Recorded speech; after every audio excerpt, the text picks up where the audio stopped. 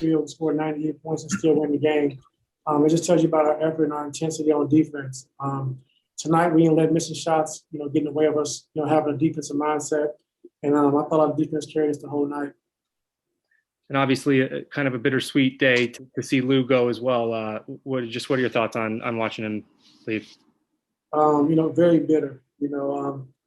Over the last 2 years, just having a chance to be around Lue. I mean, I knew him from afar, and we always spoke, but to have a chance to actually be around him for 2 years and just seeing the person he was and what he meant so much to this team and franchise, just tough letting him go. And like I said, when you get a guy who's 3 times Sixth Man of the Year and scored 15,000 points, most of them off the bench, and just his contributions to this organization has been so incredible. And this is the toughest part of the business. Like I said, especially for me being traded a few times and knowing how that is. So we're gonna miss Lue dearly. Hate to see him go. Big part of what they've done here the last 4 years, with him being a part of it. And what he's done for us the last 2 years since I've been here. Thanks, Charlie. Next question from Andrew Greff. Go ahead, Andrew. Ty, to follow up on that, just what was it like in the first quarter? You looked down your bench to make your first sub, and Lue isn't there. Like, is that just an odd feeling? Yeah, it is. It's actually, we talked about it at halftime. So we need Lue Will right now. But like I said, he's going to be missed and for everything he brought, and not just basketball. I just think him as a person. That's what I love the most. We know he's a great basketball player, but just him as a human being and what he stood for, and how he always boosts morale of the team, and everybody around him. That's what's going to be missed the most. Your relationship with Rajon, obviously, it's people know about the Boston era. Did it go back even earlier than that? Where you connect with him before you started coaching in Boston?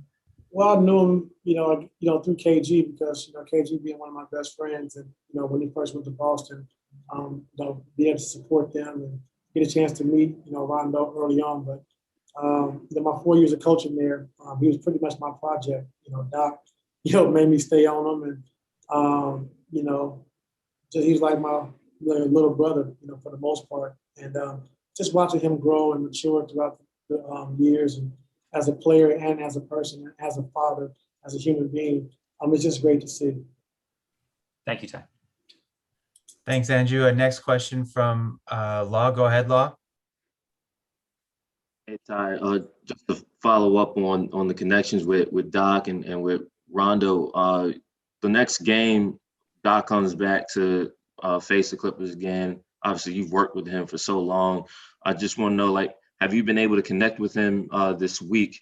And what are you looking forward to when you do see him? With Doc?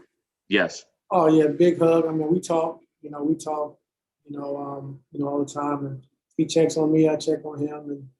And it'd be good to see him, him and Sam coming back, to the arena. And I don't know how many hugs we can give because of the protocol, but I might break protocol come next game. But it's going to be good to see him, and just so happy for Doc. Give me my first start, and the success he's having over in Philly. It's just great to see, and just shows you what a phenomenal coach that he is.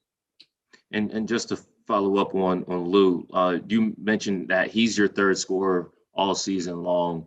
With him not here, does that give guys like Paul and Kawhi more responsibility, or are you looking to kind of have someone specific step up and fill the void that Lue scoring leaves? Law, I'm really not sure. We got to get everyone healthy. We got to get everybody together first. And this is going to be another process, when you add new pieces and guys who are going to be important to your roster and to what you're trying to do. It's just going to take some time, to figure out what combinations, who plays well with who. And you pretty much got to start all over again. I like the rhythm and the flow that we're in right now. I think our guys are really competing, especially on the defensive end. Moving the basketball, only having, 16 assists, but, I thought we made some great passes and great effort getting into the paint, making the right play. And, we just got to keep building these habits. I think the flow is starting to come back. We kind of missed that flow when PG went out for those couple of weeks and came back. We really haven't been able to find our offensive rhythm, or our defensive rhythm for that matter. But, it's slowly starting to come again, and I see it. And it's just good to see. So we just got to keep building. Next question, Ty from Ohm. Go ahead, Ohm. Hey, Ty, Doc tonight described you as the Rondo whisperer because of your relationship. He mentioned Sam Cassell too, but I'm wondering, what does that entail to become the Rondo whisperer? Because, I mean, he's a brilliant mind and he's known for his basketball IQ, but at times it's also led to him butting heads with coaches. I'm wondering what goes into becoming a Rondo whisperer? Well, the first thing, you got to know what you're talking about. Second thing is, he's so smart. Sometimes he's too smart for his own good. He knows every play that's called, everything is coming, and he might, call out of coverage, but the other guys are not ready for it because he knows what play is coming. But as far as being cerebral and smart around the game, like in my experience, it's just him and LeBron are two of the guys that I would rank up there as far as just IQ and knowing what's going on the floor, how to control a game, and CP as well. And it's just, just telling him the truth, being honest with him. He's fiery, that's what we need. He's tough. He understands the game. And he respects people who's a straight shooter and going to tell him the truth. So that was my biggest thing, I think, in Boston, was just being honest with him, telling him the truth, and keeping it real with him. Will he be a starter for you, or do you envision him running the second team?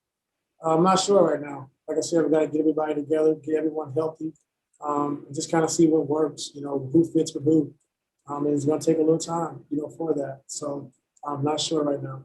Thanks. Ty, last question we're going to take from Miriam. Go ahead, Miriam.